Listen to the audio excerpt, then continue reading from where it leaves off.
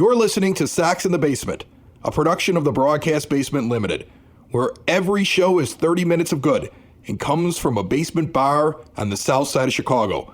Pull up a stool, pour a cold one, and join us right now for Sox in the Basement.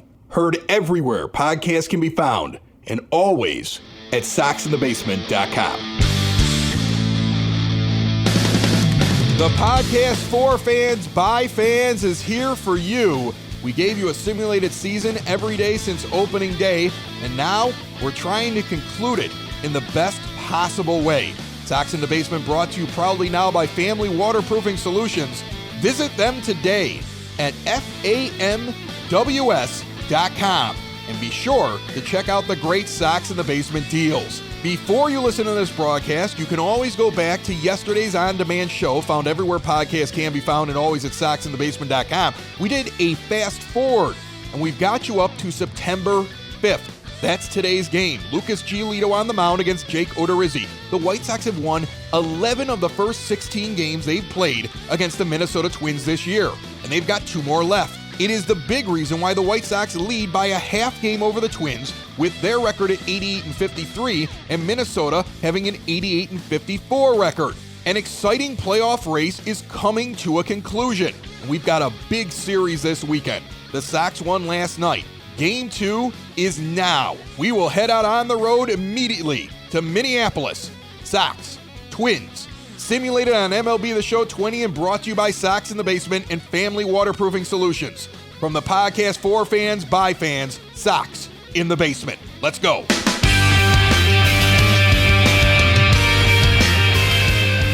Minneapolis, Minnesota, the enemy, and we're at the gate. The White Sox lead by a half game in the American League Central at 88-53, and we're at Target Field for Game 2 after the White Sox took Game 1 and lead this series 11-5 on the season.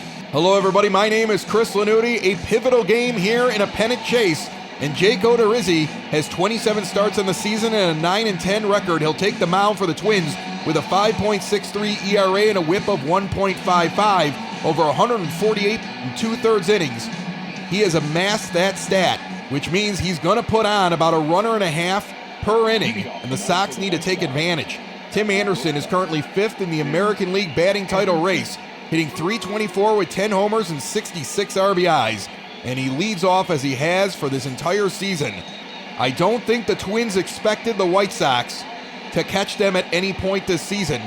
The Sox have held first place for a few weeks, and now it's been back and forth here before the Sox regained it just yesterday by a half game.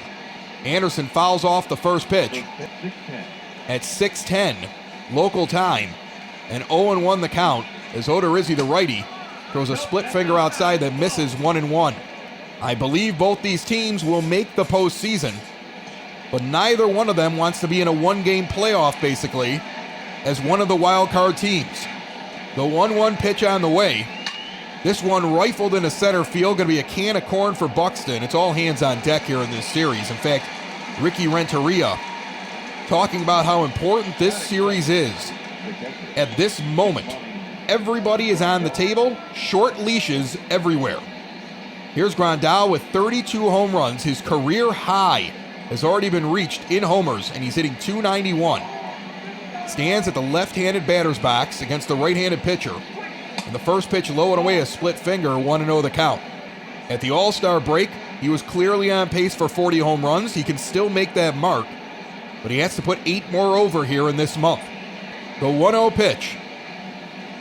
Swing and a miss at a curveball away, 1-1 the count. It has gotten chilly here in September, only 58 degrees in Minnesota, no wind, clear skies. A lot different than the weather back in July. The 1-1 pitch on the way, and an outside split finger misses 2-1. Earl Hendricks is your umpire behind the plate today. We have not seen this crew very much this season, but we see them here in this pivotal series. The 2-1 pitch on the way to Grandal, and an outside curveball misses 3-1. Lots of fans out here today. It's September baseball. 2 teams fighting for first place. Twins fans looking for a series win, but the only way they're getting that now is if they take the next 2 games, as the Sox took Game 1 last night And this one's ripped down the first base line off the leg of the first baseman, flipped over to the pitcher, Odorizzi. And there's one gone. It missed his glove, it hit his leg, otherwise it's a double. Moncada comes to the plate with a career-high 84 RBI at this point, hitting .303 with 23 home runs on the season. And a low inside curveball misses 1-0. Moncada, 7 for 28 lifetime. That's a .350 average, I believe? Yes. Actually, it's a .250 average. I was trying to give him more than what he actually has. No, that's .250. I'm going to stop trying to do math up here and leave that to Jason Benetti. He's hitting .303, fouls off that first pitch, takes the ball, now takes another one low, a curveball low and inside. 2-1 the count. Scott Merkin joins Sox in the Basement on Wednesday. Make that appointment podcast listening, as this one's up the middle for a base hit, the first hit of the game for the White Sox here with 2 outs in the top of the first. In real life, the White Sox in Major League Baseball now getting underway. And to have Merck on is a coup, is a steal for Sox in the Basement. We are going to ask him everything and anything about what's going on right now with these Sox. Meanwhile, the Sim Sox have Eloy Jimenez to the plate, .277 average, 23 home runs and 77 RBIs. The 23 home runs, best his mark from last year. Although I think a lot of people expected him to be a 40 home run hitter. He'll be fortunate to get the 30 before this season is over. First pitch low and inside, a four-seamer, 1-0. He was out to a great start, 14 home runs midway through May, and then didn't hit another home run until about a week before the All-Star game. The 1-0 pitch on the way, inside, misses, 2-0. The power has now come back, and the average has not suffered, and that was the thing with him. A lot of power, bad average. A lot of average, no power. It's all evened out now for Eloy. It's been a long season in his sophomore year with the club. Foul ball down the first base line, 2-1 the count as Moncada continues a lead off of first base with 2 outs here in the top of the first inning. Into the wind in the pitch, a low one missed, 3-1. This is the last time these two teams will face each other, even though they are battling in the standings. Odorizzi looks over to first, now delivers another pitch. This one rifled out in left center field, tailing back near the wall, giving chases Buxton. That one's over, and that's a 2-run home run by Jimenez that clears in left center field, his 24th of the season, out at 415 feet. StatTrax has that out at 105.9 miles per hour, and the Sox lead with a 2-out, 2-run home run from Eloy Jimenez, 2-0 here at Target Field. And that one gave me chills. Here we are battling to hold on to first and try to beat back the Twins starting off this month of September, and to give up 2 outs right away, get the single and the 2-run bomb from Moncada with the single and Jimenez with the home run. And now here's Abreu hitting .280 with 23 homers and 73 RBI. And he takes a ball outside, 1-0. The next pitch from Odorizzi, down the middle, swung on and missed, 1-1. The pitch that he gave up the home run to Jimenez on was an off-speed pitch. May have been a curveball that didn't curve very much, but it was right down the middle. And Eloy saw food and he feasted. The 1-1 pitch on the way. And that one is fouled off, a four-seamer, 1-2. Want to thank Family Waterproofing Solutions. If you didn't hear on our Wednesday show, they are the new proud sponsors of Sox in the Basement. That pitch misses, 2-2. They've been with us for a while now, and although we still love Cork and Kerry dearly and hope to continue to do things with them, everybody's affected in different ways by what's going on with COVID. And I completely understand they need to circle the wagons over there, because we want a Southside tradition to continue to be that Southside tradition. Swing and a miss, drop third strike, rolls to the backstop. The throw down to first base pulls him off the bag. It's going to be an error on the catcher, and Abreu is safe on a drop third strike. Now I've seen everything. And Edwin Encarnacion comes to the plate hitting .260 with 32 home runs on the season. With a runner on first, and the Twins just cannot get out of this inning. Good for us. Strike on the outside corner, 0-1. So, mutual decision between us and Cork and Kerry. Although we will continue to support them here at Sox in the Basement. That's basically our home bar around the ballpark. It is our home bar. And I look forward to raising a glass with all of you when baseball starts in less than a month. 0-2 the count. If I can't get in the ballpark, I might want to sit in the shadow of it once or twice with some social distancing and a cold one. The 0-2 pitch to Edwin. Outside pitch misses on a curveball, 1-2 the count. Meanwhile, Family Waterproofing Solutions, veteran-owned, female-owned, family-owned. Sox at the Basement deals, and now our new proud sponsors. Check them out at famws.com. This ball rocketed out in the left center field. Get up! It is over the wall. No! Hits the top of the wall. That might have hit the crossbar. They're going to have to look at that on the replay. That one, we're going to look at it right now. That looks like it's over the wall, and it hits the fence. They've got these three little bars on the top of the wall, and that's what Edwin hit. It's not a home run because it looks like that post. There are these little braces next to the fence. That is in play. Although the fence is probably over the wall, he hits a part that's in play. The ball bounces back. Now Leury Garcia on the first pitch is going to plate Abreu with a single out into right field. Edwin, who had a double, advances to third.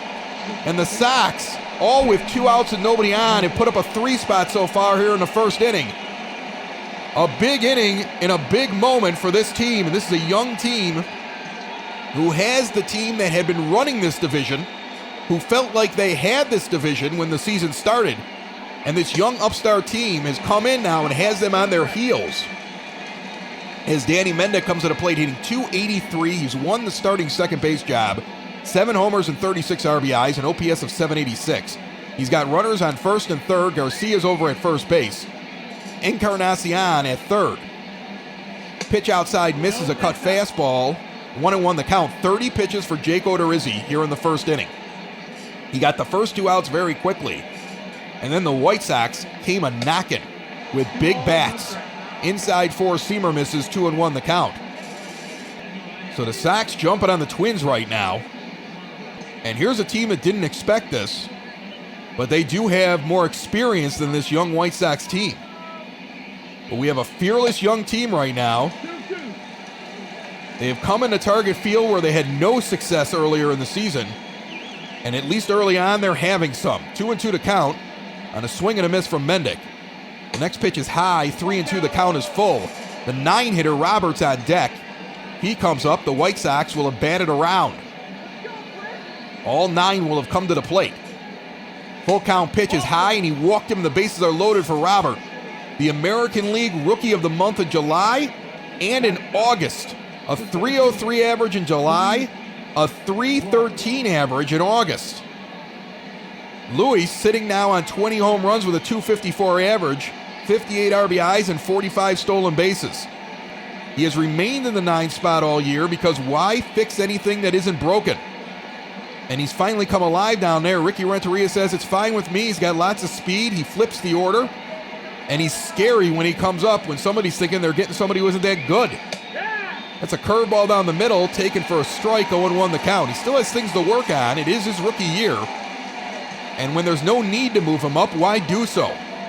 Bases are loaded now with 2 outs here in the top of the first. 3 runs already across. That drop third strike that rolls to the backstop, and the bad throw down the first base that allows Abreu. I mean, that was almost put down the right field line in foul territory. It allowed Abreu to get the first and extended the inning. 0-2 now to Robert.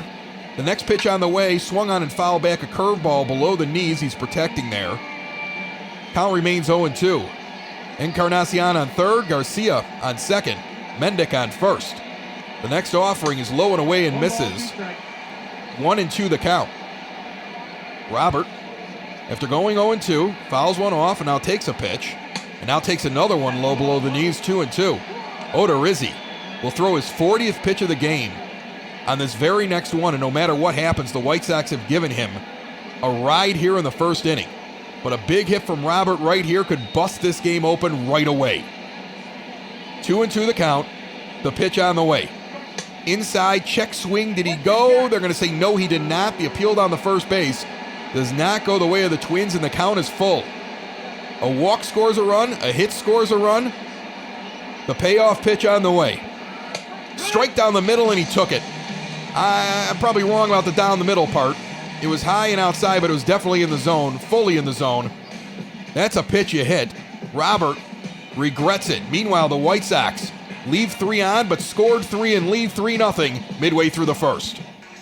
Lucas Giolito, 28 starts and a 10-10 record, a 4.31 ERA, a 1.34 whip, 157 strikeouts, over 160.2 innings, 140 hits and 75 walks given up over those innings as well.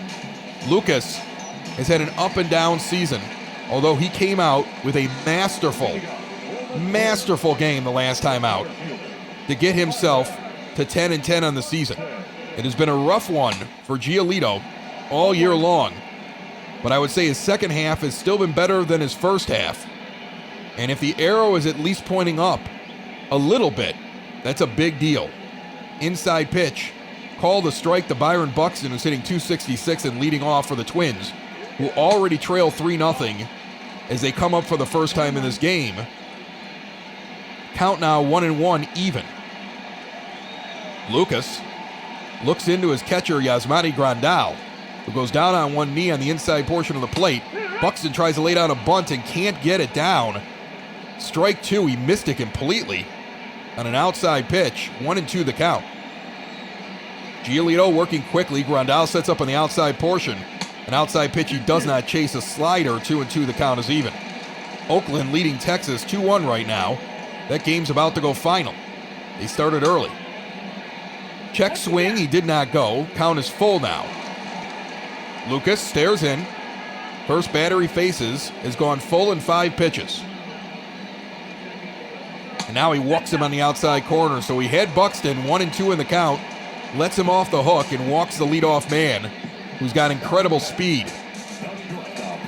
Jorge Polanco is going to come to the plate. He's hitting .324. He, along with Tim Anderson, at one point were tied for the AL batting lead in about mid-August.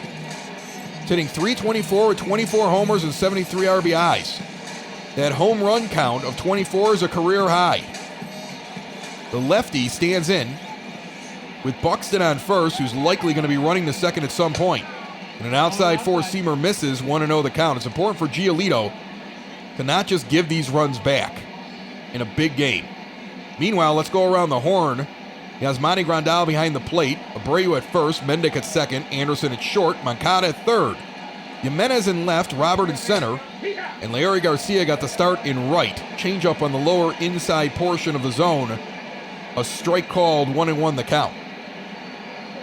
Into the wind, and now this one down the line. One hopper to Abreu, down the second base, and he pulls Anderson off of the bag. That's going to be an error on Abreu. Instead of taking the out, he decides he's going to try to get Buxton. That's a lot of speed there. He caught the ball going towards first and tried to spin and throw. He pulls Anderson off the bag, and everybody's safe.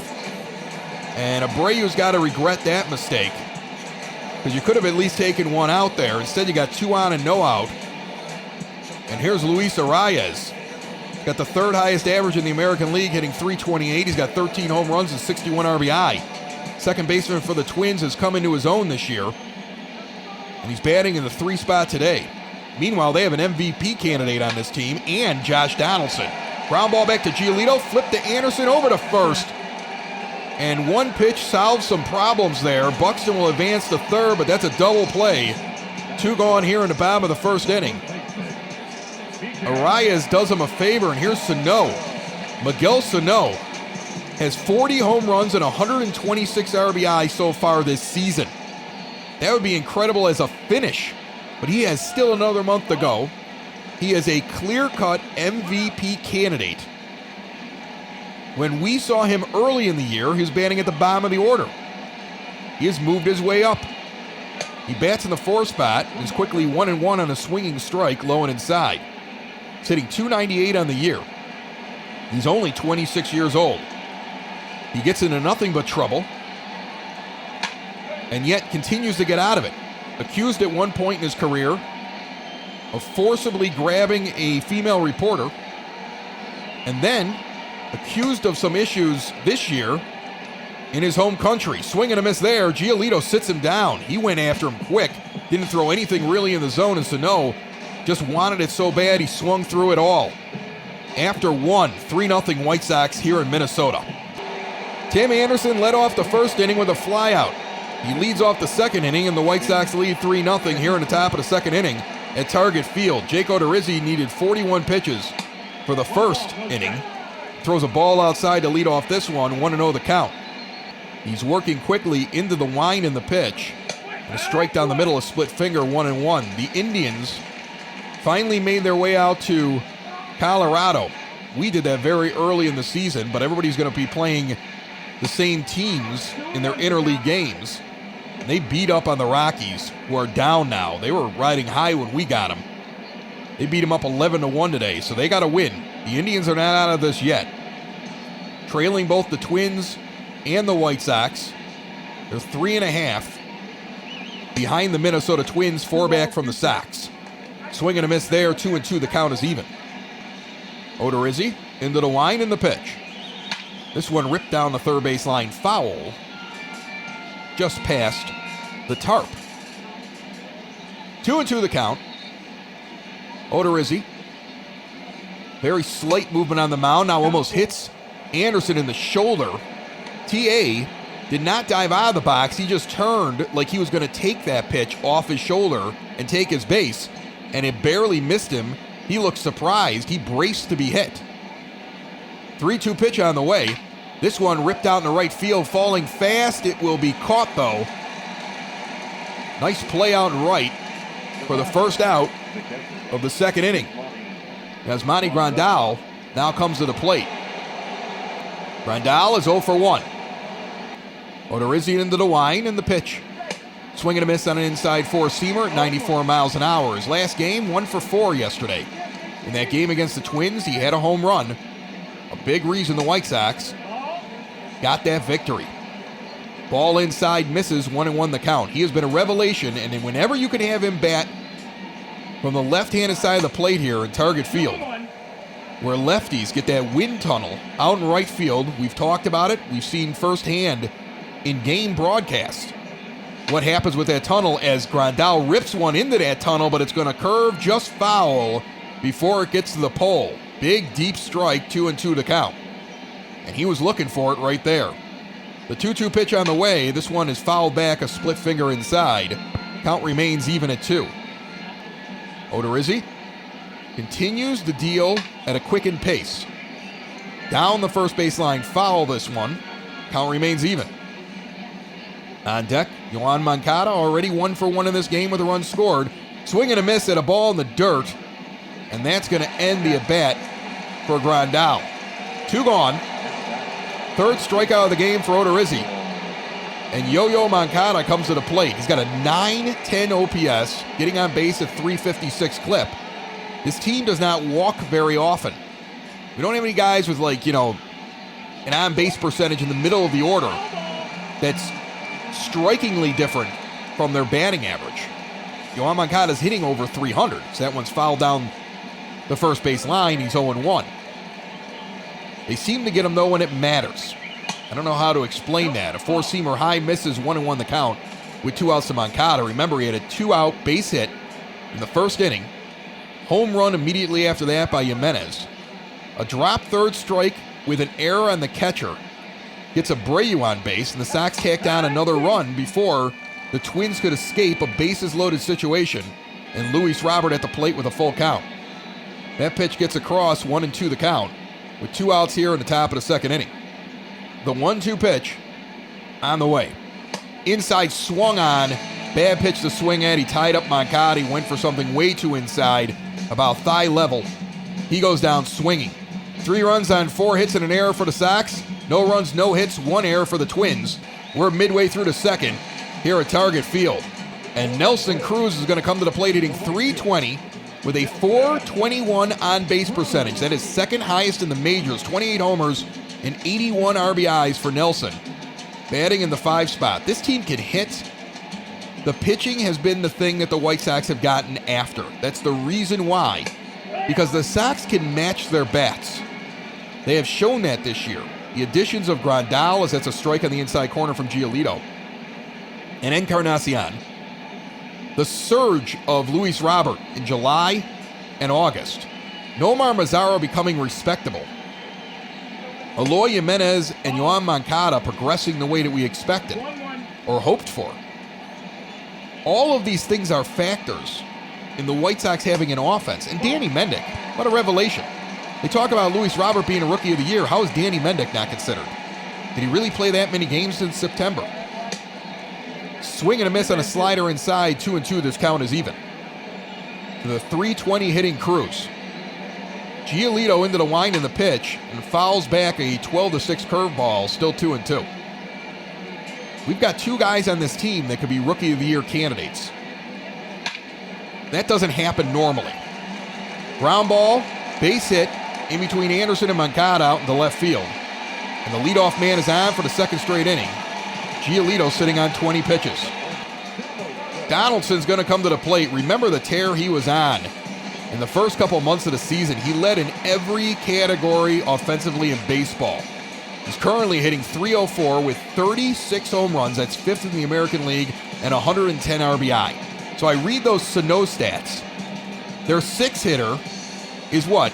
14 RBI behind Sano and 4 home runs behind him. Still hitting over 300. This team is a beast of an offensive machine. 3-0 is not going to hold likely. Swing and a miss on a four-seamer high. 0-1 the count. Now Donaldson is 1 for 9 with 5 strikeouts against Lucas Giolito in his career. Several of those this season alone.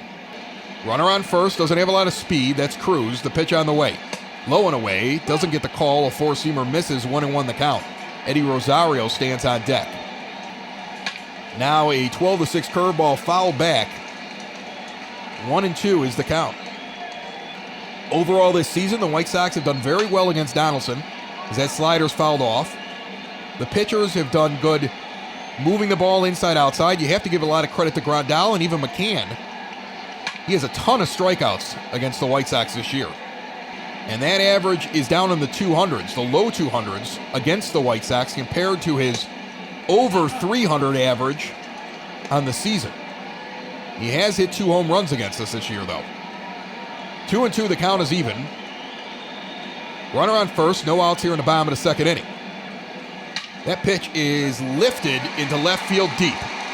I am never going to talk ill about Josh Donaldson again and how he's done against the White Sox as that one is over. About 6-7 rows back. 372 feet. It gets out of here at 100.1 miles per hour. We have a 3-2 ball game, and Donaldson has his 37th home run of the season. And the excitement is back inside this stadium for the Twins. We are finally getting a taste of what it's like to play meaningful games in September, heading towards the postseason. And everything seems to matter a little bit more, and this was a well-hit ball and a big blast for Josh Donaldson. And Eddie Rosario comes to the plate now, hitting .242 with 20 bombs and 65 RBI. He's the 7-hitter. So much offense on this Twins team. It's 3-2 now. There's still no outs in the bottom of the second. Sox got 3 with 2 outs in the first. Twins get 2 with no outs here in the second. Strike down the middle, 1-1 the count. Giolito with his 30th pitch is low, a ball, 12-6 curveball, 2-1 the count. 2 hits in this inning for the Twins. One was that home run. This one lifted in the shallow left field. Jimenez camps underneath it. He'll make the play. There's one gone here in the bottom of the second inning. You know, these two teams are fighting for first place. Meanwhile, out in Colorado, the Indians are winning. They're not done yet. Mitch Garver comes to the plate. He's got an error in this game that gave an unearned run to the White Sox. Both starters have given up 2 earned runs in this game. It's a 3-2 game. Fouls that one off, 0-1 the count. Garver's hitting .259. Stands in the right-handed batter's box. Takes it inside four-seamer for ball 1, 1-1. The kick and the pitch from Giolito, low and away, a 12-6 curveball. And the count is now 2-1 here at Target Field. And now an outside four-seamer misses 3-1, and Lucas can't back off here. You can't be shell-shocked after a home run. Started off as the ace on this team. But in the end, he has not performed like one. Of the 4 starters that have been going for this team since opening day, is this a line out directly to Mendick? And there's 2 gone. And here comes Jake Cave.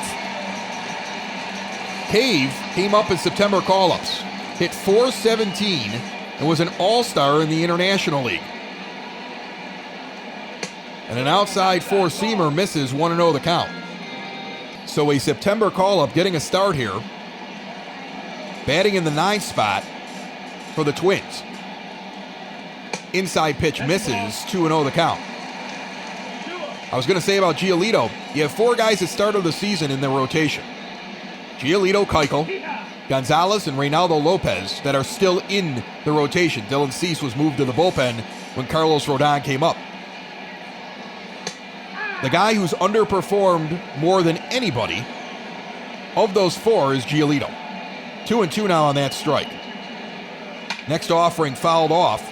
If the Sox went to the postseason, you would have real debate the way that Reynaldo Lopez has pitched and the way that Gio Gonzalez has pitched about where you're going to place everybody. Swing and a miss there.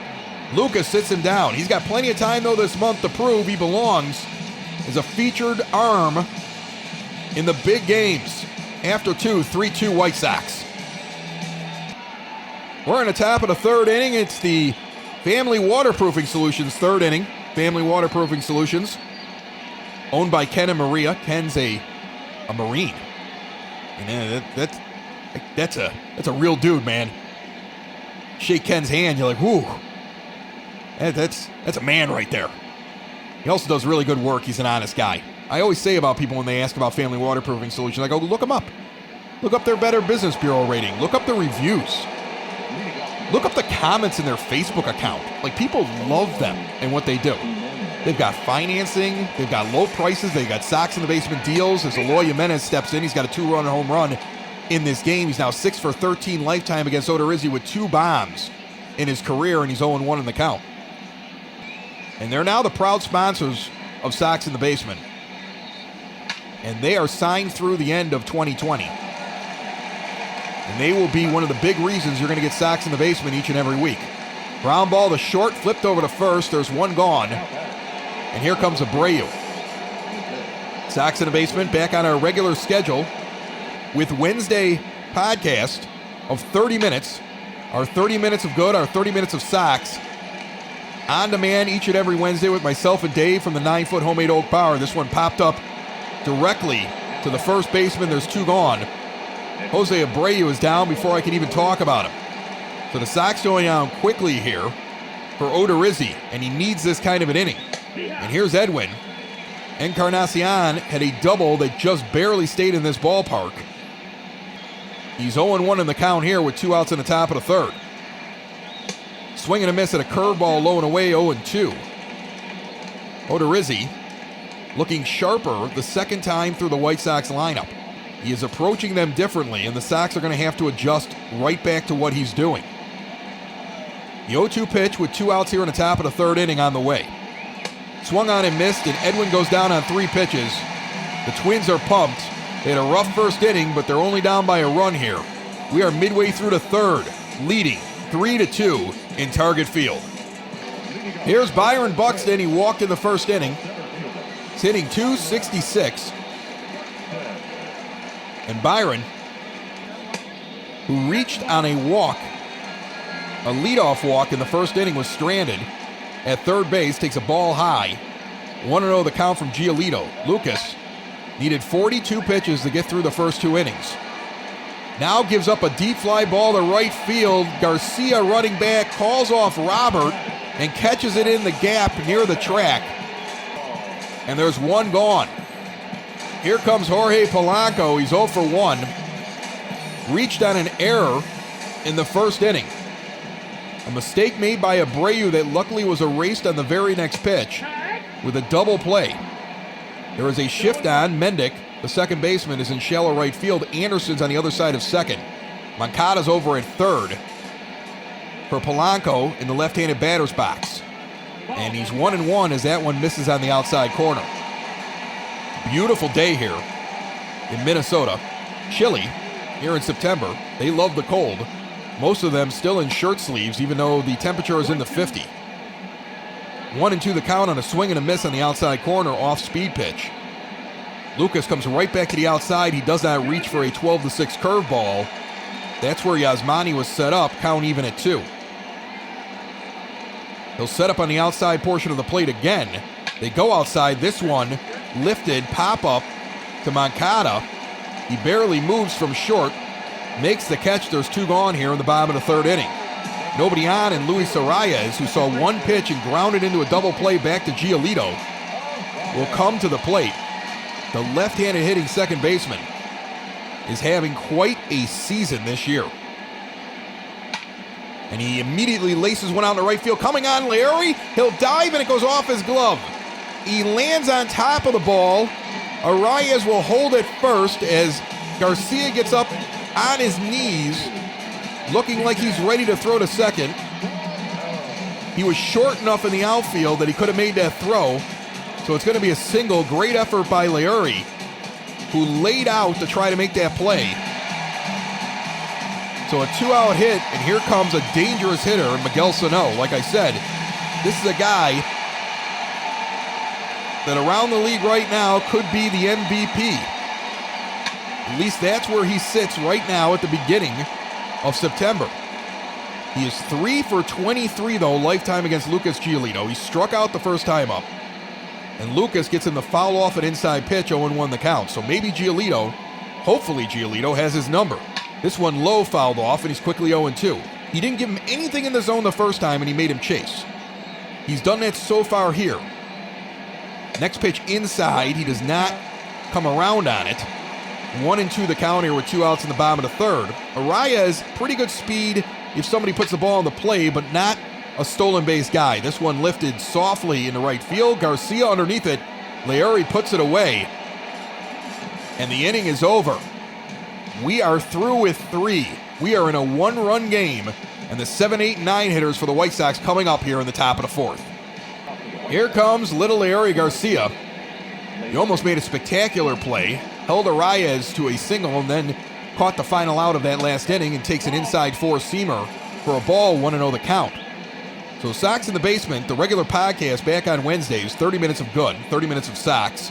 Available on demand when you wake up on Wednesdays, as it always has been for the last 2 years. And during that time, we've been fortunate enough, according to an awful lot of third-party reporters, to be the most downloaded White Sox podcast in the land. It's just me and my buddy Dave talking honestly as fans, and we appreciate all the support. And I've had an awful lot of fun doing these simulated broadcasts, trust me. 2-1 the count to Garcia, fouls off an inside cut fastball, 2-2. And we're bringing in the guests now this month. Scott Merkin joining us on Wednesday after Joe Binder from Sox on 35th joined us this past Wednesday. That's still on demand. And working on some pretty big names as we lead in to the return of White Sox baseball at the end of the month. An inside pitch, jam shot, slow grounder to short. He almost beat it out, but unfortunately Garcia is out by half a step on a nice play from Polanco. We had to run in and get that on the grass. There's 1 gone, and Danny Mendick comes to the plate. First pitch down the third base line. That ball goes off the glove of Sano and bounces. Base hit for Mendick, and Danny's on. Miguel Sano, I don't even think it hit his glove. I think it hit the bag. It did. It hit the bag. He had his glove over the bag. It bounces straight up in the air over the top of Sano and lands behind him. Mendick is standing at first base, and now here's Luis Robert. First pitch, a pitch out. Mendick's not going anywhere. 1-0 the count to Luis. Robert's 0 for 1. And now lifts this one into left field, into the glove of Eddie Rosario. And quickly, now we have 2 outs in the top of the 4th inning. Tim Anderson will come to the plate. He's 0 for 2. Got a fly out and a ground out. He's got good speed on board at first in Mendick. First pitch taken for a strike. 0-1 the count. 2 outs, top of the 4th inning. Sox lead 3-2. Mendick breaks for second base. This pitch is low, call the ball. The throw down, he is safe underneath the tag on a headfirst slide. And Danny Mendick moves himself into scoring position on the 0-1 count. Nice stolen base effort there. He's in well before the tag head first. And now a 1-1 count to Anderson with 2 outs here in the top of the 4th inning and a runner able to score on a base hit. This pitch swung on and missed, a 4-seamer. He put that one right down the middle and challenged T.A., whose average has been slowly going down. Still in the top 10. I think he's 5th coming into the race today for the batting title. But the average has dropped 10 points in the last week and a half. This one out in the left field is going to be a base hit. Mendick is going to hold. Rosario's got a gun. He was just getting to third base as Eddie was going into his throw home. And the stop sign went up, and Danny slides to a stop and dives back to third base. A single for T.A. There's runners on first and third with 2 outs, and here comes Grandal with a strikeout and a ground out. A dangerous left-handed hitter. And an inside cut fastball misses. 1-0 the count. Yasmani hitting .290, 32 homers, 91 RBI. The next offering on the way, swung on and missed a curveball, dipping low right at the knees.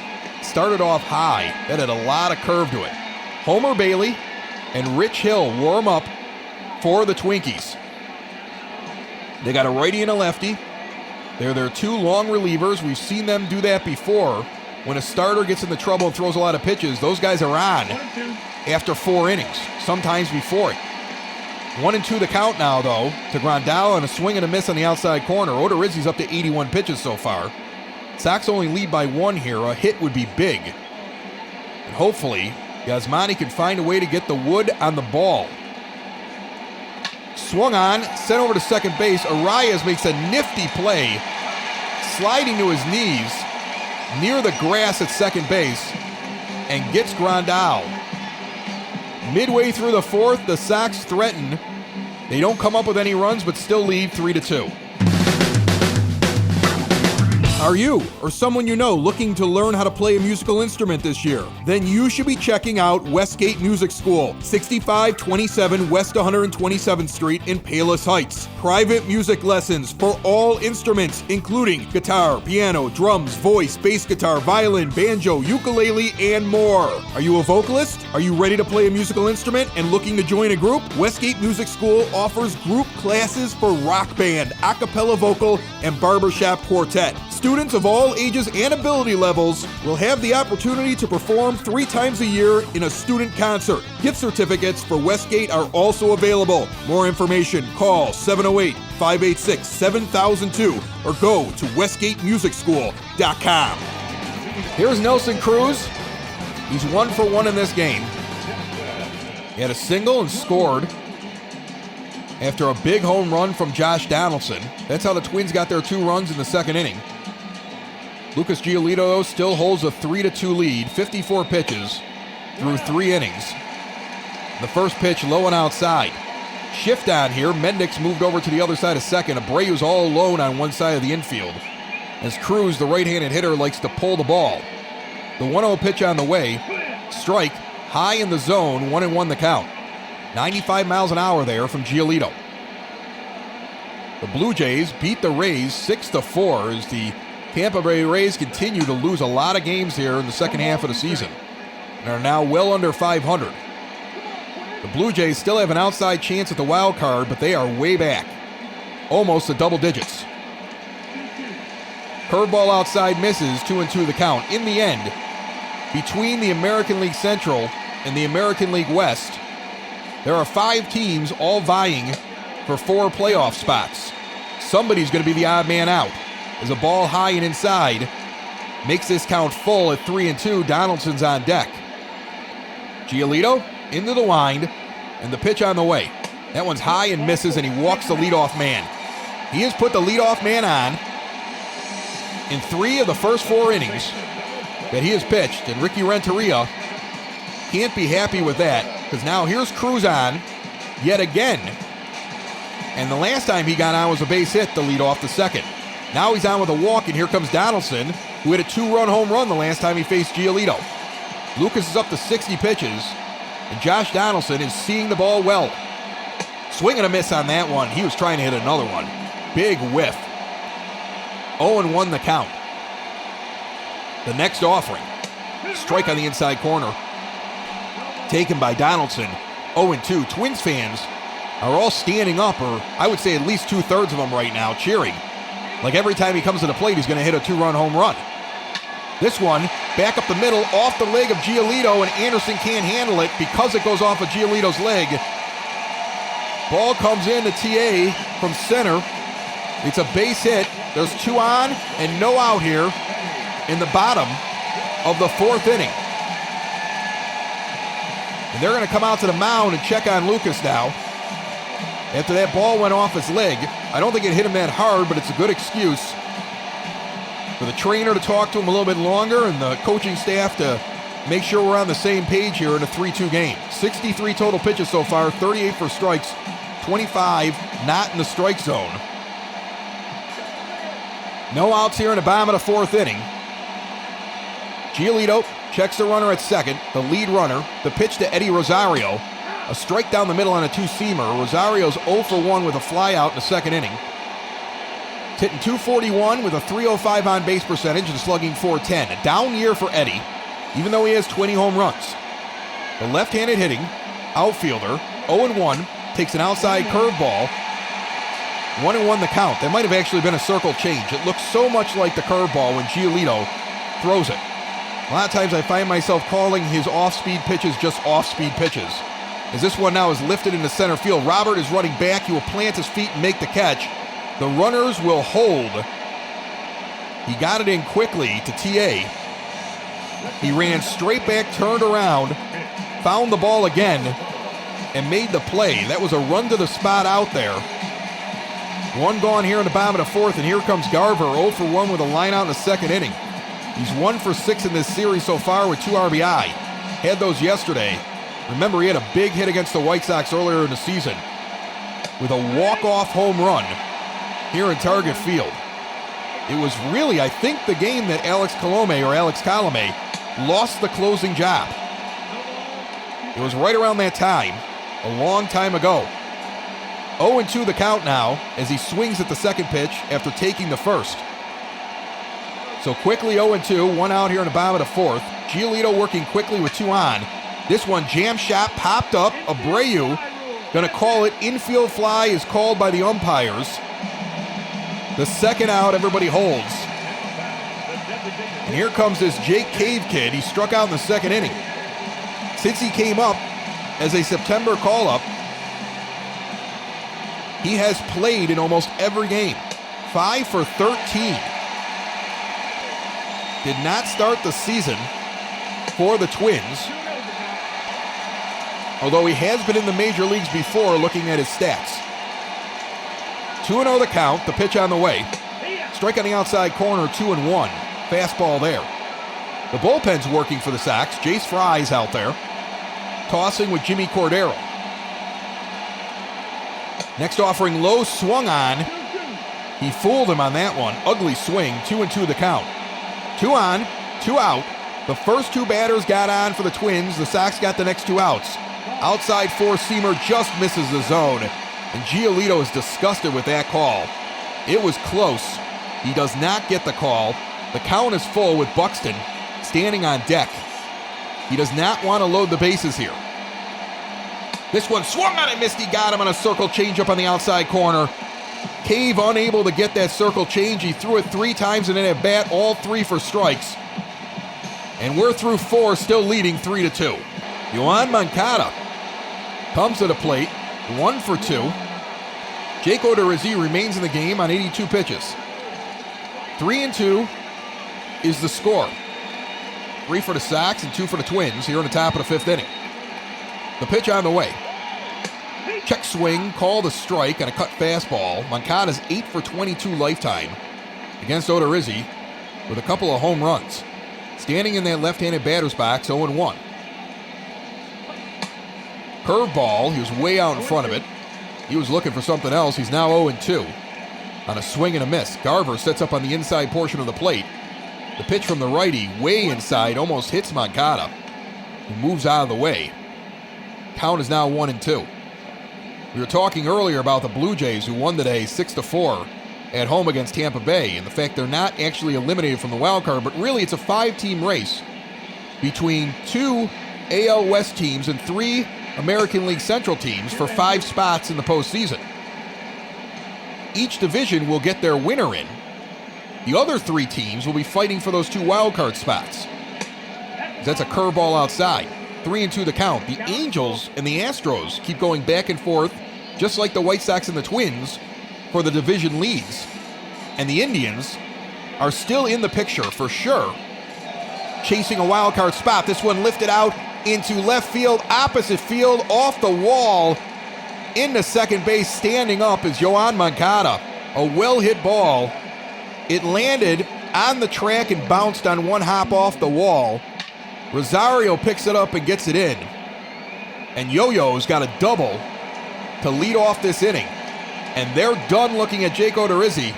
The Minnesota Twins coaching staff has come out to get him. And he is done for the day. We have faced him several times this year. Every time we have faced him, he has left losing the game. We have not won all of those games, and that's because the Twins go to a very deep bullpen. Several starters turn into long relievers. Homer Bailey's the guy coming out here. The righty's 10-4, has thrown 155 innings out of the pen.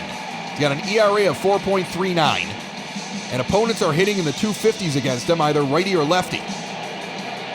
And he will come on and face Eloy Jimenez, who's 3 for 6 with a homer and 2 RBIs in this series. He had a 2-run home run earlier. This one lifted out in the right center field on the first pitch. It's going to get into the gap and get to the wall. Jimenez on his way to second. Moncada's going to score, and it is 4-2 White Sox on the first pitch from Homer Bailey, and Jimenez has 3 of the RBIs the White Sox have in this game and his 22nd double of the season. Big hit from Eloy. He goes Oppo into right center field, right into the gap, and knocks in Yo-Yo Moncada. There's still no outs here in the top of the 5th inning. And Jose Abreu comes up 0 for 2 with a strikeout and a pop out, although he reached first base on that drop third strike, which extended an inning and allowed the White Sox to get a 3rd run in the 1st inning. And we now lead 4-2 after Jimenez's double and his 3rd RBI of the game.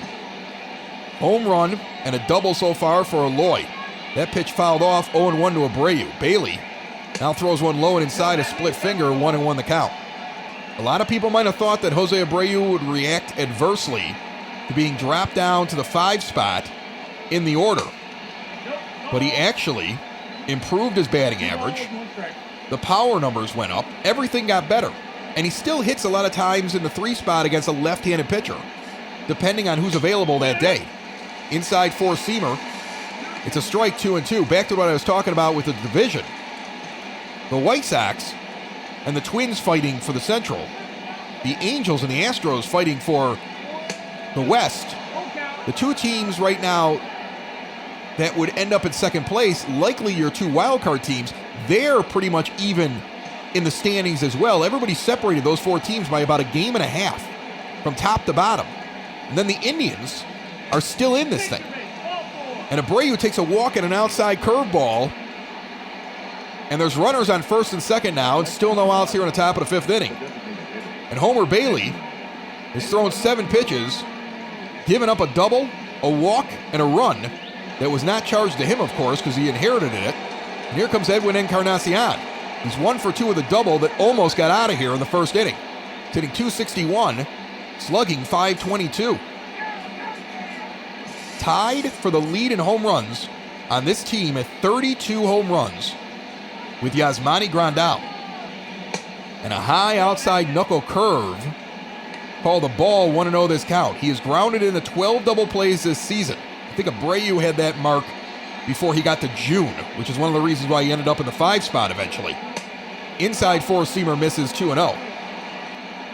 Jimenez on 2nd, Abreu on 1st.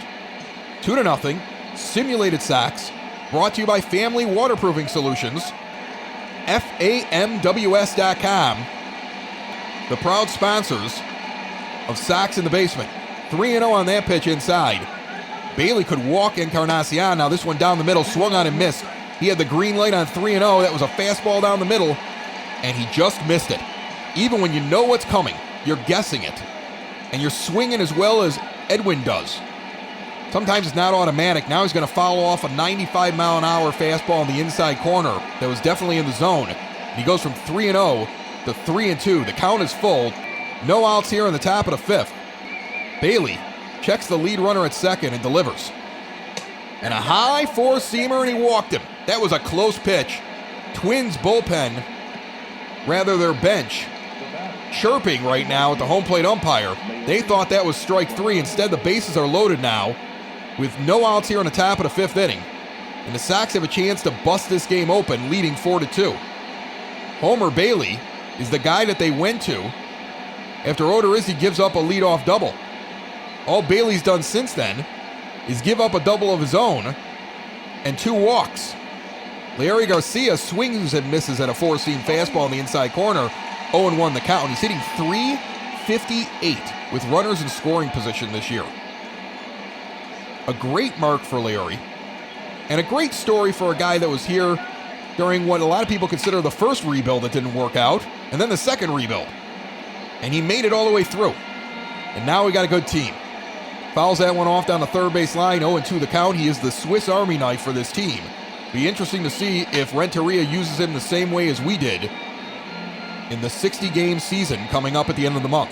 Fouls off that inside pitch, 0-2 the count. The versatility and the ability to move him around and keep him in the order and spell guys has been such a big advantage. As a fastball misses outside, 1-2, bases loaded, no outs here in the top of the fifth. Bailey to the plate, swung on, back up the middle. He kicks it towards third. The only play is going to be to second. Sano is going to get Edwin Encarnacion at second base on the fielder's choice, but the run is going to score. Bailey's going to get checked out by the training staff. It went off his leg, his kicking leg, the one that's left up in the air after he delivers. And he's walking around right now with the catcher. And now he's going to wave everybody back, tell him he's okay. The run scores for the Sox. Almost a base hit right back up the middle that would have scored 2, maybe. Encarnacion is the slowest runner on the base path, so they went after him. Sano smartly, his only play really was there. He wasn't going to get Garcia. Line drive down the first base line, caught out of the air in a diving play. And there's already now 2 outs. That got picked right off the ground. Danny Mendick thought he had a base hit. It gets stolen away, and there's 2 gone now here in the top of the fifth inning. Robert comes to the plate 0 for 2 with runners on first and third and 2 gone here in the top of the fifth. The Sox have gotten 1 run in, but they had the bases loaded with no outs after scoring a run earlier in the inning, and have only gotten 1 run since then.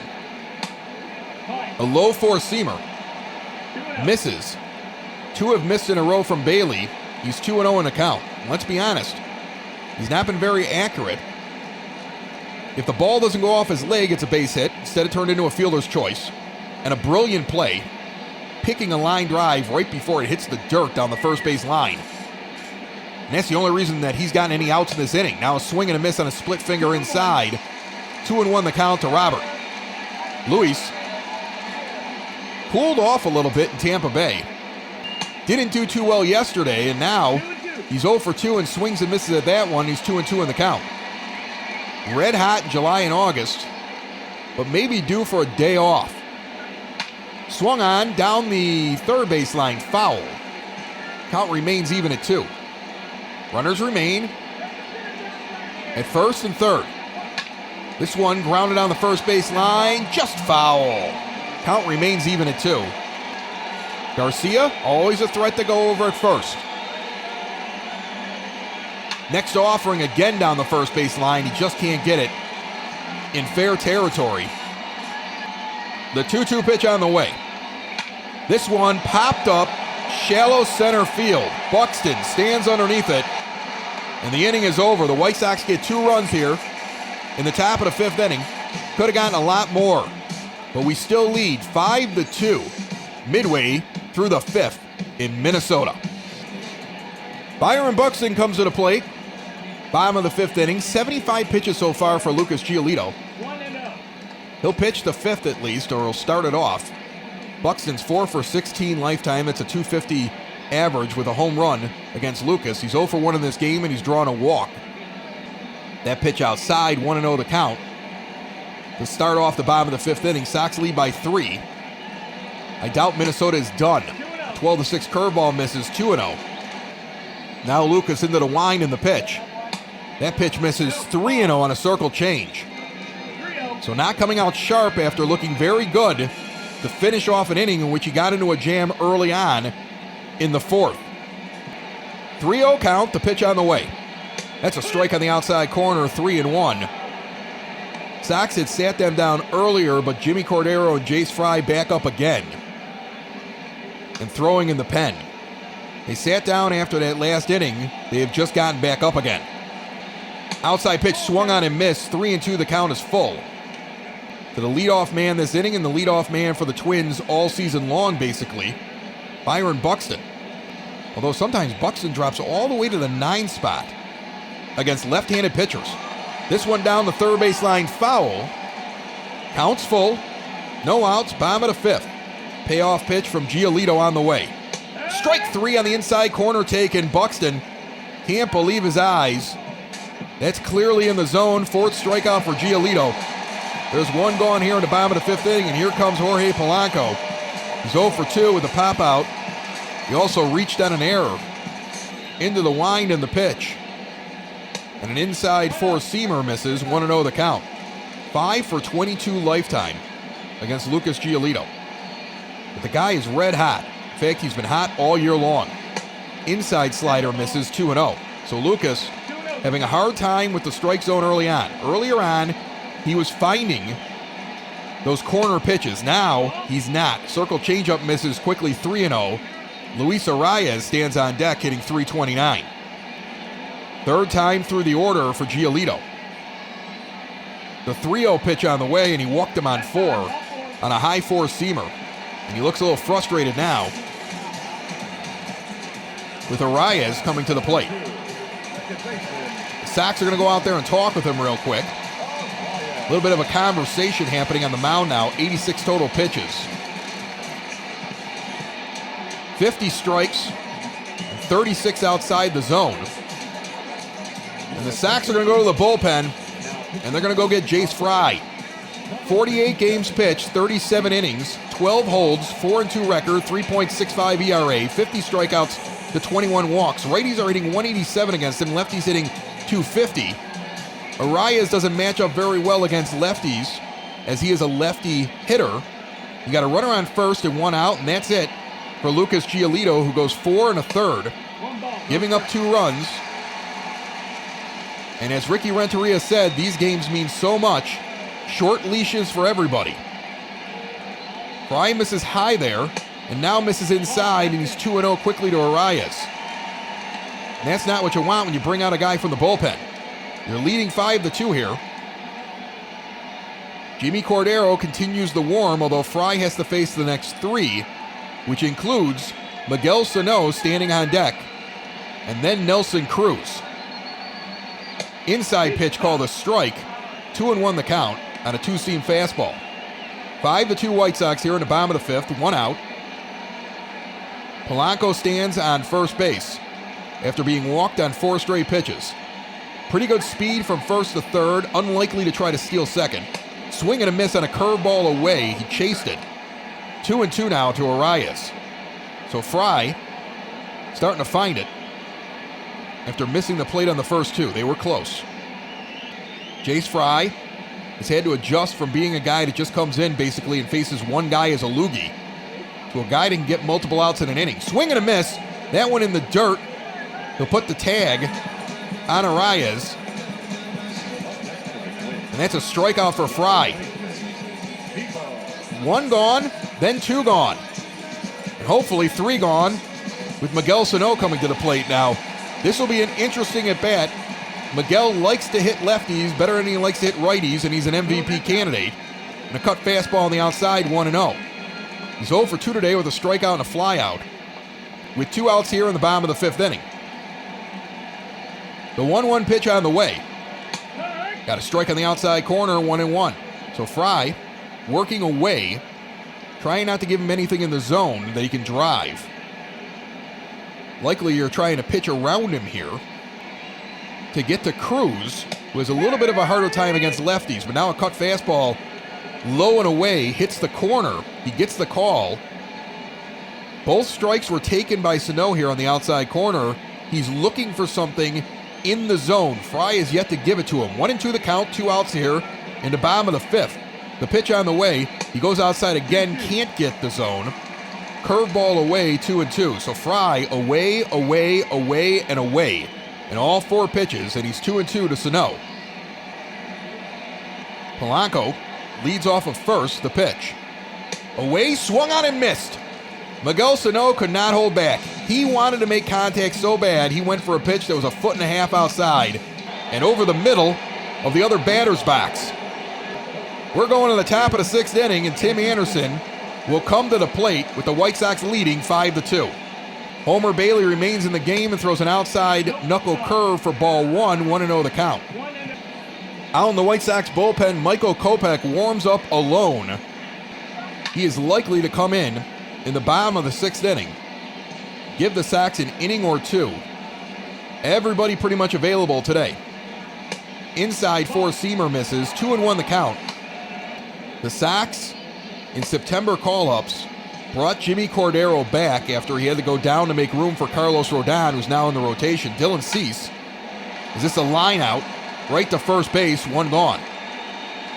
Dylan Cease, now also in the bullpen.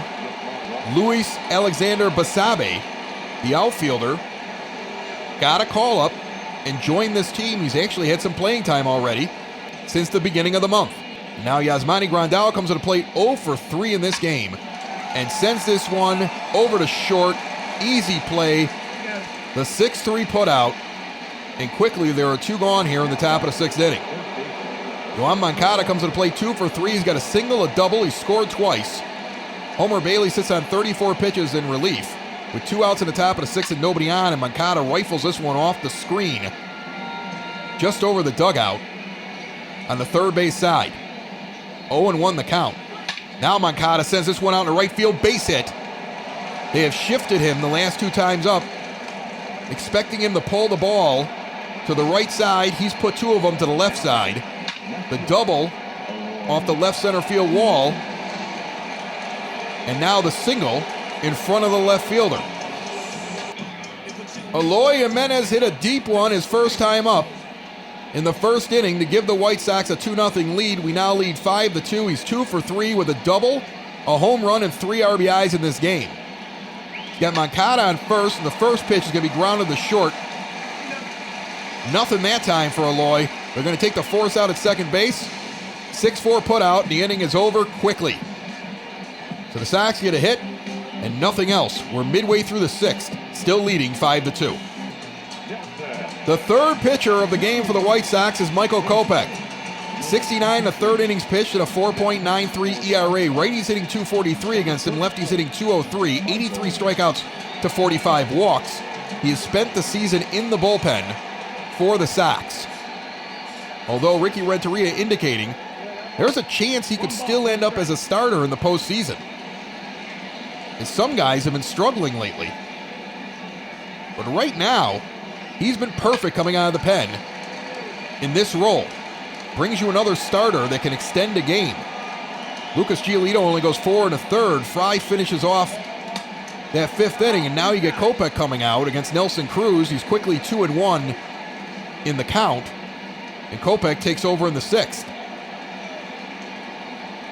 The big hurler throws a strike down the middle that's fouled off. That one came in at 97 miles an hour. The 2-2 pitch now on the way to Cruz. Inside misses, the count is full, 3-2. Josh Donaldson stands on deck, hitting .307, has a home run earlier in this game. The Sox trying to take their 2nd in a row and their 12th on the season from the Twins. And the way we have played them has been the whole difference in this chase. Swing and a miss. Took something off at a changeup there. Cruz way out in front of it. Kopech strikes out the first guy he sees. And there's 1 gone here in the bottom of the 6th inning. Michael Kopech feeling good after that one. Now gets Josh Donaldson. He's 2 for 2. Got a single and a home run. The home run was a 2-run job. This is his 3rd time up in the game. Hitting .307 with a .988 OPS. There was a point where his OPS was 1,100 or higher. He looked like a Triple Crown winner in early June. He was leading in all 3 categories. Now, his teammate Miguel Sano, a lot of people believe will be the MVP and not Josh Donaldson. A 1-1 pitch is outside, a 4-seam fastball, 2-1 the count from Kopech. Into the wind in the pitch. This one lifted down the third baseline, hooking foul into the stands. 2-2 the count. Kopech working quickly. Grandal in the inside corner. Takes an inside slider, does not get the call, and the count is full with Rosario on deck. So Kopech full here to Donaldson. He was able to get Cruz. Let's see what he does here with Josh Donaldson. The pitch on the way. Swung on, fouled off. Hardliner into the netting down the third base line. That's why it's there. Count remains full. Another payoff pitch. Fouled straight back. He was on that one and just didn't hit it right. 3-2 pitch on the way. Swung on and missed. Kopech climbs the ladder. Continues to go higher on Donaldson until he can't get up high enough. That one was borderline if it was going to be a strike. Up at the letters. And Donaldson can't get it. Speed and height on that pitch. And he burned him. Kopech, 2 up, 2 strikeouts, 2 down. And here's Rosario, the left-handed hitter. 0 for 2 with a flyout and a lineout. And a changeup taken at the knees for a strike, 0-1 the count. I think he was confused by the speed of that pitch because Michael burns it in there most of the time. First time this inning, he starts off with an off-speed pitch, and Eddie Rosario's like, I wish I had a warning on that one. 0-1 the count. And now the 4-seamer down the middle at 101 miles an hour, and he takes that one. So he's confused him on what's coming the first 2 pitches. 2 strikes taken. Now a swing and a miss, tipped back into the glove. Grandal shows it to the umpire. 1, 2, 3. Kopech sets them all down with 3 Ks. End of 6. Sox continue to lead by 3. 5-2 in enemy territory. Tyler Clippard's going to come on to pitch for the Twins now. 29 2/3 innings with a 1.21 ERA, 6 holds, a 1-1 record. Righties hit .064 against him. He holds them down. Lefties a little bit better. Abreu's going to come to the plate. 0 for 2 with a walk and a run scored. He's only 1 for 6 in this series with an RBI. Encarnacion stands on deck here in the top of the 7th inning. First pitch on the way. Lifted straight up in the air. Underneath it is Donaldson. He'll make the catch. 1 out, the top of the 7th inning, and already we have Edwin Encarnacion to the plate. Abreu went down on the first pitch from Clippard, and now an outside pitch taken. 1-0 the count. Sox bullpen silent for now. Michael Kopech looked really good in the 6th inning. He went 1, 2, 3. Likely to come out in the 7th. The 1-0 pitch on the way. This one fouled back, 1-1. Edwin's 1 for 2. He has splits that suggest he is much better against lefties. The power doesn't go away, but the batting average definitely goes down. That's why he's only hitting basically all year long, between 260 and 270. 1-2 now from Clippard. The righty gets him the swing and miss. There's 2 gone, and it makes sense. Twins saying we've got a bunch of guys that don't hit very well against right-handed pitchers as much as they hit against lefties. Bring in our best guy against right-handed batters who barely ever gives up a hit against him. Gets Abreu to pop out in the infield in the first at-bat. Now gets Encarnacion to strike out, but here's Larry Garcia, switch hitter, will stand on the left side of the plate and take a split finger away for ball 1, 1-0 the count. Standing on deck is Danny Mendick. Garcia, 1 for 3. Into the wind and the pitch. Swung on and missed, a changeup away. Count is now even at 1. Now an inside changeup taken, 2-1 the count. Mendick stands on deck. The 2-1 pitch from Clippard. Outside misses, 3-1. Mendick's hitting .264, 7 homers and 36 RBI standing on deck. But the plan here might be to have Clippard not worry about Garcia unless he gets himself out. He swings and misses at a split finger away there, and the count is full. Because he'll get another right-handed hitter, and he thrives against them.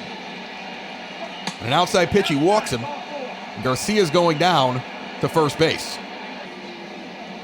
And with the bench that he has, Renteria is going to send Nomar Mazara out, another lefty against Clippard, and make him go to another left-handed hitter. Mazara's hitting .240 with 14 homers and 46 RBI. First pitch ripped deep into left center field. Near the track, the play will be made by Rosario. Oh, man, that almost paid off. The inning is over midway through the 7th, 5-2 White Sox. Nomar Mazara will go out in the right field. Leury Garcia comes in from right and will take over at second base after Danny Mendick was pinch hit for there with 2 outs. It almost paid off as Mazara almost put that one off the wall, or at least got it out of the reach of Eddie Rosario. Close play there, way out on the track. Mitch Garver comes to the plate. Michael Kopech pours in 2 pitches immediately and is 1-1 in the count here in the bottom of the 7th inning. Sox lead 5-2. Kopech needed 17 pitches to get 3 strikeouts. He faced 3 batters last inning. Now a swing and a miss at an outside slider, 1-2 the count. Sox have led all game. They won yesterday as well here in Minnesota. Come into this game with a half-game lead in the AL Central. Swing and a miss, he got him. Kopech has seen 4 batters and struck them all out. There's 1 gone here in the bottom of the 7th inning. Michael has seen this Twins team a lot this year and really is starting to figure out the regulars, I would say. But trust me, they've seen him as well. And up comes Jake Cave. He has never seen Michael Kopech. Standing in the left-handed batter's box, 0-2. And a strike down the middle taken at 99 miles an hour, 0-1 the count. 2 strikeouts for the young man as he stands in pretty basic batting stance in the left-handed batter's box. Swing and a miss at a 4-seamer, low and in. He's got him 0-2 already. Michael Kopech looking very Kopech-like. Rondell sets up on the outside corner. That's going to be a ball high. 1-2 the count. Came with the heat, just couldn't keep it in the zone. Next pitch, swung on and missed. He got him on a changeup. Low and away. 5 batters, 5 strikeouts for Michael Kopech as he is mowing down the Minnesota Twins here in relief. Byron Buxton comes to the plate, 0-2 with a walk in the first inning. There's already 2 outs here in the bottom of the 7th. The righty faces Kopech in the first pitch, low and away, misses on a changeup. 1-0 the count. Imagine this kind of strategy in a 60-game season, folks. The idea that you're going to have 2 guys coming out of the pen. And we've heard all these discussions, and we're going to talk about it even more with Scott Merkin this Wednesday on Sox in the Basement. Make sure you check it out on demand. If you're not subscribed to Sox in the Basement, do so. You don't want to miss out. It's on every podcast app. iTunes, Google Play. This one's down the third base line. You can say, Alexa, play Sox in the Basement. Go through the Podbean app, Stitcher, but subscribe and check your subscription. Because, you know, if you weren't into the simulated season, you got into it just now. It might not be automatically reminding you like it used to. Swing and a miss there. Kopech gets Buxton on a 2-2 pitch. He faced 6 batters and struck out all 6. The Twins are shaking their heads, and we're through 7, up 5-2 in a big game. Luis Roberts going to lead off the top of the 8th inning. 5-2 White Sox. And the changeups foul back, 0-1 the count. Tyler Clippard remains in the game. 12 pitches last inning. Let a man on. And almost gave up a big hit. 34,747 at this game tonight. Game 2 of this 3-game set, the last time these teams will face each other in the regular season, although it is likely they could see each other in the postseason. But one will be the division winner, and the other one likely a wild card. Although none of that is guaranteed as long as the Indians hang in to this race. 1-2 the count now to Robert, the pitch. Inside misses, 2-2. In a 60-game season, a lot of people are saying, well, what's the rotation? And we're going to talk about that with Scott Merkin on Wednesday as Robert swings and misses at a split finger and goes down. What's the rotation? How is this going to work? Who are going to be the 5 guys? Now, Ricky Renteria said the very diplomatic thing. I had 5 starters, now I have these other 2 guys. But I already have my 5 starters. Basically telling those 5 guys who assumed they were starting the season as the starting staff, I haven't just thrown you out with the trash, but there's going to be a competition here. As Timmy Anderson takes the first pitch on a fly out to right field, almost misplayed in the lights. He's going to catch it at his shoes. Standing out in right field was Cruz with his glove up. He lost it, takes a step in and catches it right before it hits the ground. Anderson almost gets out on a miscue, but there's 2 outs here in the top of the 8th inning, and here's Grandal 0 for 4. And a ball low, 1-0 the count. He's 0 for 5 lifetime against Clippard with a strikeout.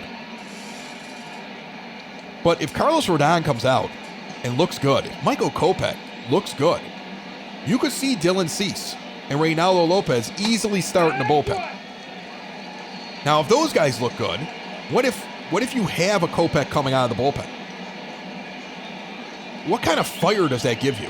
And the fact you can use him a couple times in a series, or once every 3 days to come out and give you 2 or 3 innings and extend your bullpen with that straight cheese. The suggestion made on the show on Wednesday, as the count is now 2-2, a pitch misses, of combining Rodon and Kopech into one pitcher. Swing and a miss on a split finger. Grandal goes down. The White Sox go down 1-2-3. Clippard pitching very well, but so is Kopech. He looks like he's starting off the bottom of the 8th as we lead 5-2. Jorge Polanco will come to the plate 0 for 2 with a walk in the 5th inning. He's hitting .322 with 24 home runs and 73 RBIs. Michael Kopech has thrown 30 pitches out of the pen and has struck out all 6 players that he has seen at the plate. Throws an inside 2-seamer that just misses, 1-0 the count. In the bullpen right now, Alex Colomé and Aaron Bummer are warming. But Kopech at least starts off this inning. Outside, changeup misses, 2-0. Grandal down on one knee, sets up outside and gets that pitch right where he wants it. 2-seamer on the corner. 2-1 to count now to Polanco. The kick and the pitch. Inside swung on a 4-seamer. Count is even at 2. So Kopech fights back from being 2-0. The next pitch to Polanco. This one grounded down the third base line. Fair ball. They had a shift on. There was nobody down there. It's going to roll all the way to the wall. Jimenez will get to it there. There was nobody at third. Mancado's basically playing short. A double for Polanco, his 31st of the season. And he leads off this inning. And that's a ground out if the shift isn't on. So it's hard to put that on Michael Kopech. He's throwing the ball as hard as he can. The reason that one goes down the line there is because Polanco's so far back on that ball, because it's coming in so hard, that pitch approached the plate at 100 miles an hour. He's late on the swing, and the ball goes down the third base line. Now there's a runner on second with no outs here in the bottom of the 8th inning, and Arias comes to the plate, 1 for 3, and an outside slider misses. 1-0 the count. Arias is 1 for 3 in this game. Kopech's next pitch, in the zone, a slider. Count is even at 1. Sano stands on deck.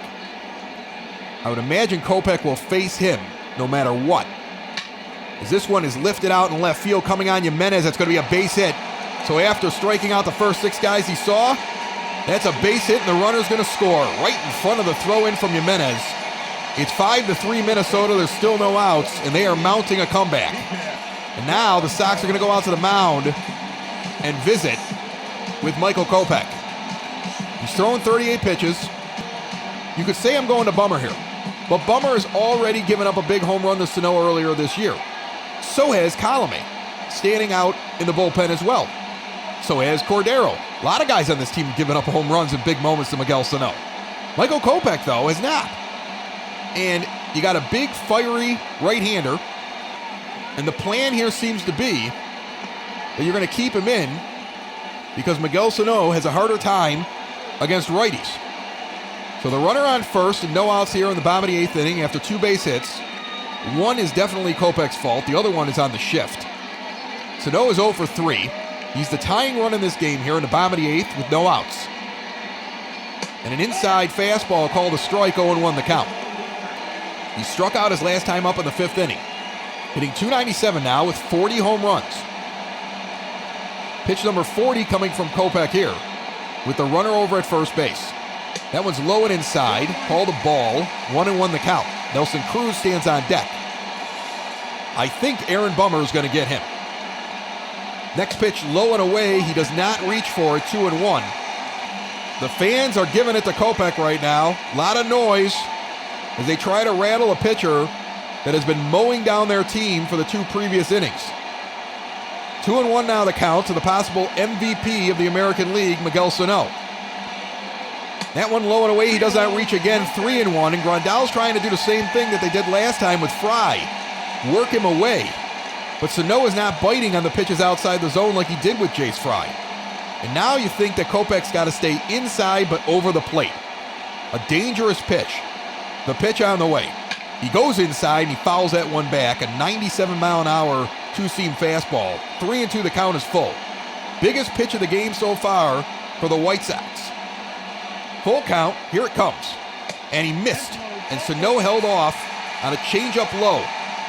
Kopech had gotten 2 batters so far, swinging at a pitch just like that. But Miguel Sano is paying attention. Now there's 2 on and no out here. And they're going to go out and get Michael Kopech. He had a very good 2 innings. The shift gave up that first hit.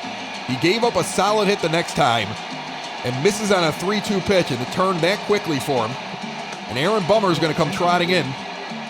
60 appearances, 59 innings, 2.59 ERA. He has 6 saves and 8 opportunities.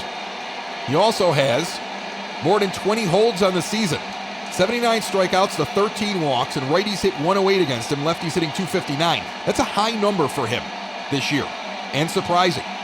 The righty Cruz stands in, and an inside 4-seamer misses, 1-0 the count, and the Twins are at a fever pitch here, or at least their fans are. The Sox got that 5-2 lead, and there was nothing coming from the Twins' bats for several innings. And now, they've already gotten a run in. They've got runners on first and second, and Nelson Cruz at the plate. No outs, and a slider hits the zone, 1-1 the count. Colome continues to warm in the bullpen. Although in reality, this is Aaron Bummer's inning. By the time they could get to Colome, there'd be 3 more batters, and this could be very different. The pitch on the way, outside misses on a cut fastball, 2-1. So it's really on Bummer. Let's see if he can get the job done. Next pitch swung on and missed, an inside sinker, 2-2. There were times this year he was lights out. There have also been some stumbles. He's still overall one of the best pitchers out of the pen in the American League and on this White Sox team. Him and Steve Cishek still hold whips lower than 1. The 2-2 pitch now on the way. Swung on and missed. He got him on a 97-mile-an-hour fastball up and in. Cruz sits down. There's 1 gone here in the bottom of the 8th. Josh Donaldson's going to come to the plate now. Big fist pump there by Grandal. He was excited. This is a big moment for this team. Not only in this game, but in this season. Donaldson's 2 for 3 with a single and a home run. He had a 2-run home run early in the game. First pitch outside taken for a ball. He's hitting .306 with 37 home runs now and 112 RBI. He's 1-0 in a count with a runner on first, a runner on second. And the 1-0 pitch is fouled off. 1-1. Double play would be big here. He's hitting .314 though with runners in scoring position.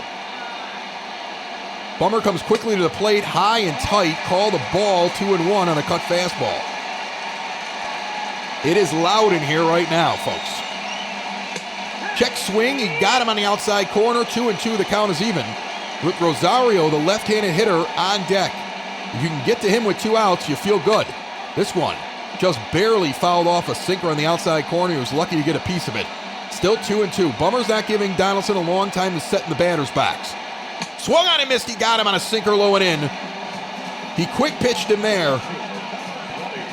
Bummer has come in now and struck out 2 out of the bullpen.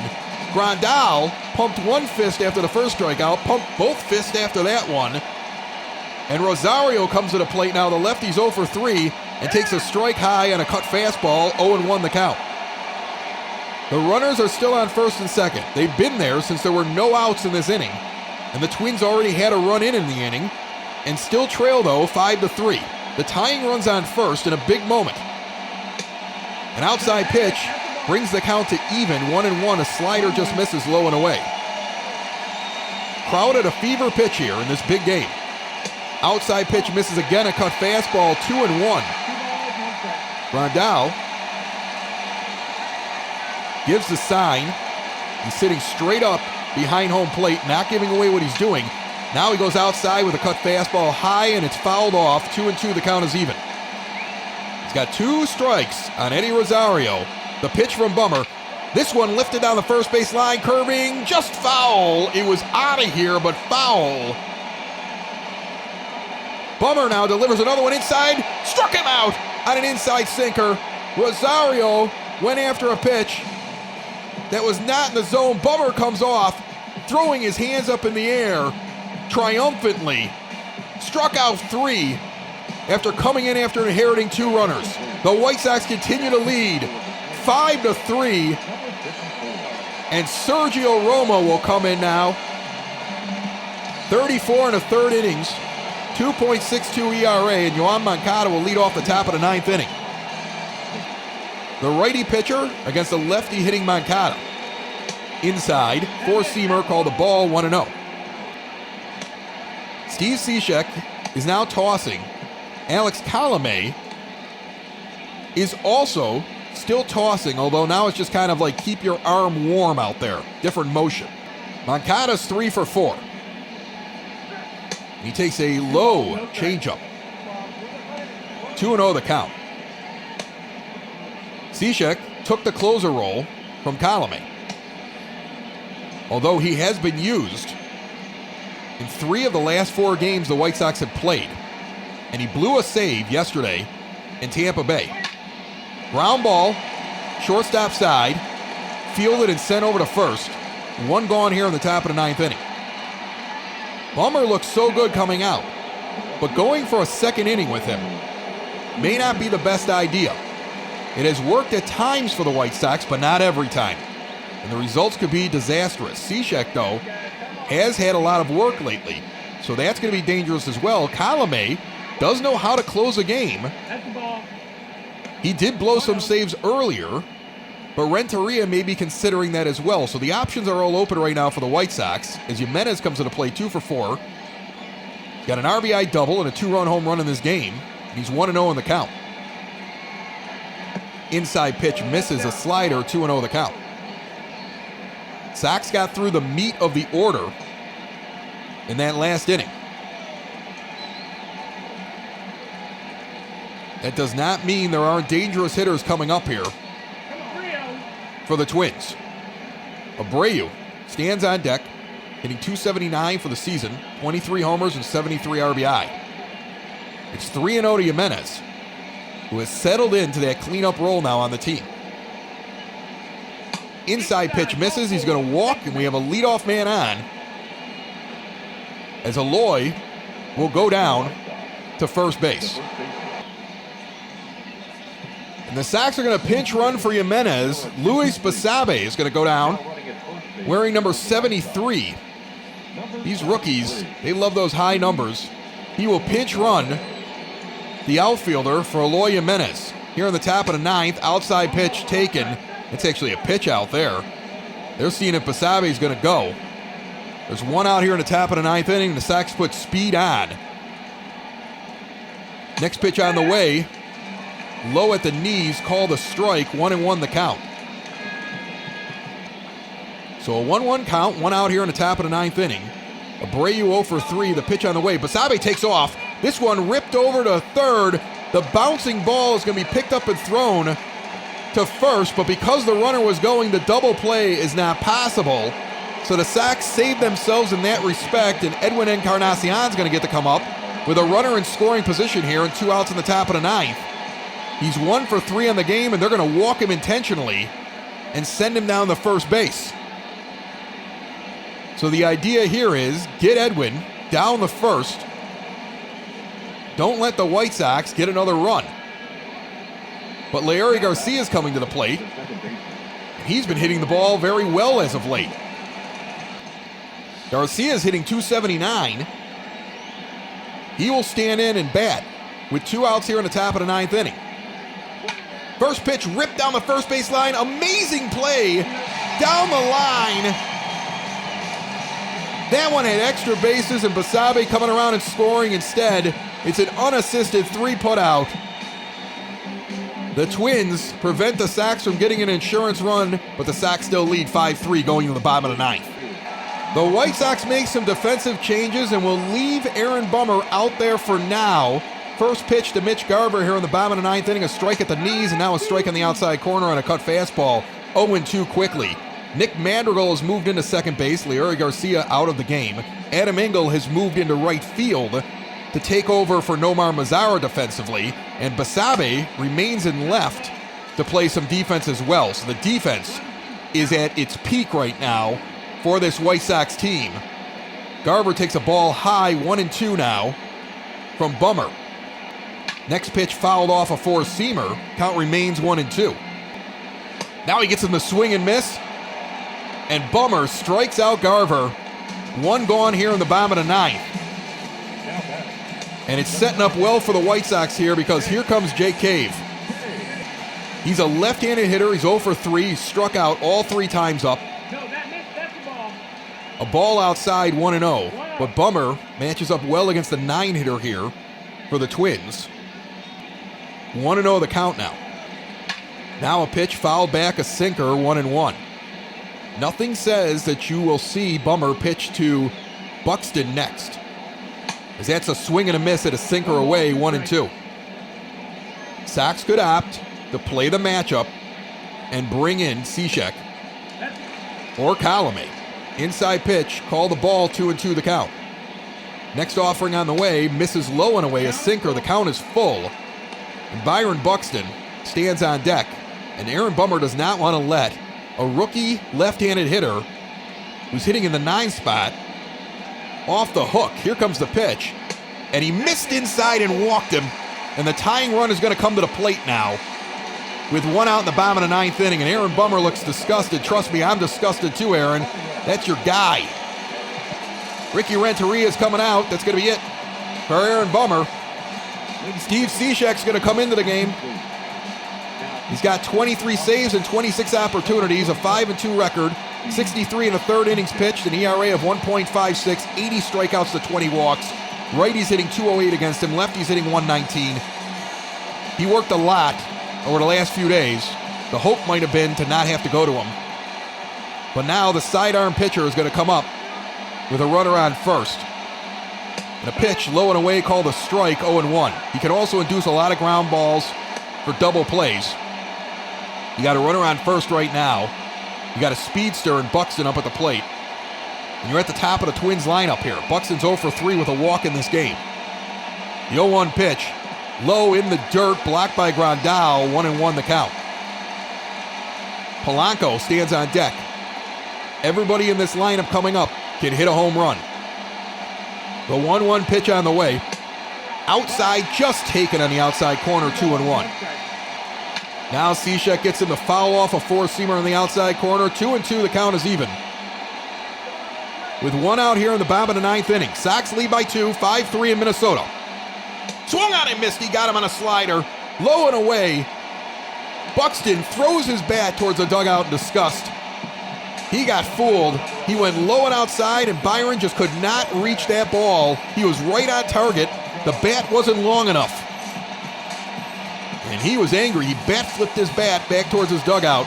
There's 2 gone here in the bottom of the 9th, and Polanco comes up. The lefty, 1 for 3 with a double and a run scored, is the tying run with a runner on first. And an outside sinker misses, 1-0 the count. Jorge Polanco has hit a 9th inning home run to tie a ball game against the White Sox this season. He did it here in Minnesota several months ago. He did not do it against Steve Cishek. 1-0 the count with 2 outs in the bottom of the 9th. Outside pitch catches the corner, a slider, 1-1 on a nice pitch from Cishek.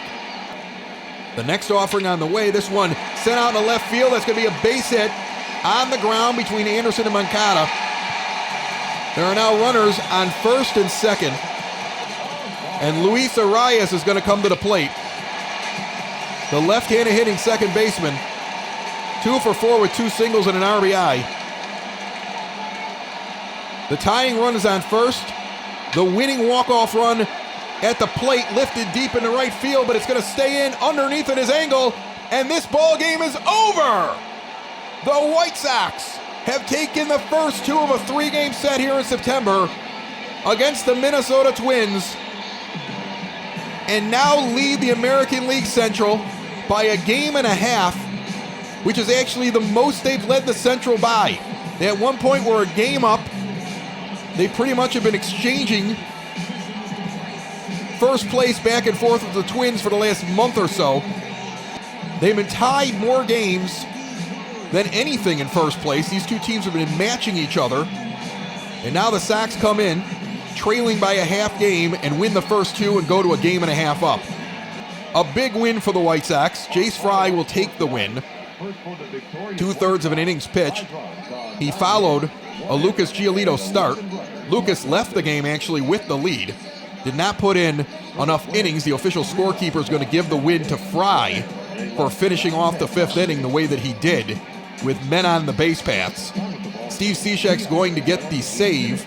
He pitches the last 2/3 of an inning, gives up a hit, but strikes out one batter and induces the fly out to right on the first pitch to Luis Arias. Eloy Jimenez, 2 for 4 in this game. A 2-run home run, an RBI double, 3 RBI in total, 2 runs scored. Yohan Moncada goes 3 for 5 with a double and 2 runs scored. Leury Garcia 1 for 4 with 2 RBIs. Danny Mendick goes 1 for 2 and also drew a walk. There were some guys on this team that did everything. Only 9 hits, but 5 runs scored by this White Sox team. 4 of them were earned, 1 an unearned run. And the Twins drop another one to the White Sox, thankfully. And the Sox win yet again. 5-3. Here in Minnesota, they will go for the sweep. The worst thing that could happen to them tomorrow is they leave with a half-game lead in the AL Central and don't have to play the Twins again this season. And to be honest with you, we've been beating them so much, now sitting at 12-5 on the season against the Twins. It seems a shame that we won't see them more. Minnesota's got to be deeply frustrated with what the White Sox have been able to do to them. And the White Sox simulated season rolls on. Tomorrow is game 3 of this 3-game set. And then, on Tuesday, another fast forward is scheduled to go. The White Sox will be simmed forward to finish out the year, and you will hear the results of that sim on Tuesday. And then the regular 30 minutes of Sox, that is Sox in the Basement, comes out on Wednesday with our special guest, Scott Merkin from MLB.com, the main beat reporter for the Chicago White Sox. Can't wait to talk to Scott yet again here on Sox in the Basement. So much planned for you over the next couple of days. Stick with us. Make sure you are subscribed. Share the show with your friends. Tell everybody about it. Baseball's back, baby, and the simulated season is rolling. My name is Chris Lanuti. You've been listening to Sox in the Basement, brought to you proudly by Family Waterproofing Solutions. Visit them at famws.com. This is Sox in the Basement, the podcast for fans by fans. Found everywhere podcasts can be found and always at soxinthebasement.com. Sox win. See you tomorrow. Sox in the Basement. Sox in the Basement. Sox in the Basement. Sox in the Basement. Heard everywhere podcasts can be found and always on soxinthebasement.com.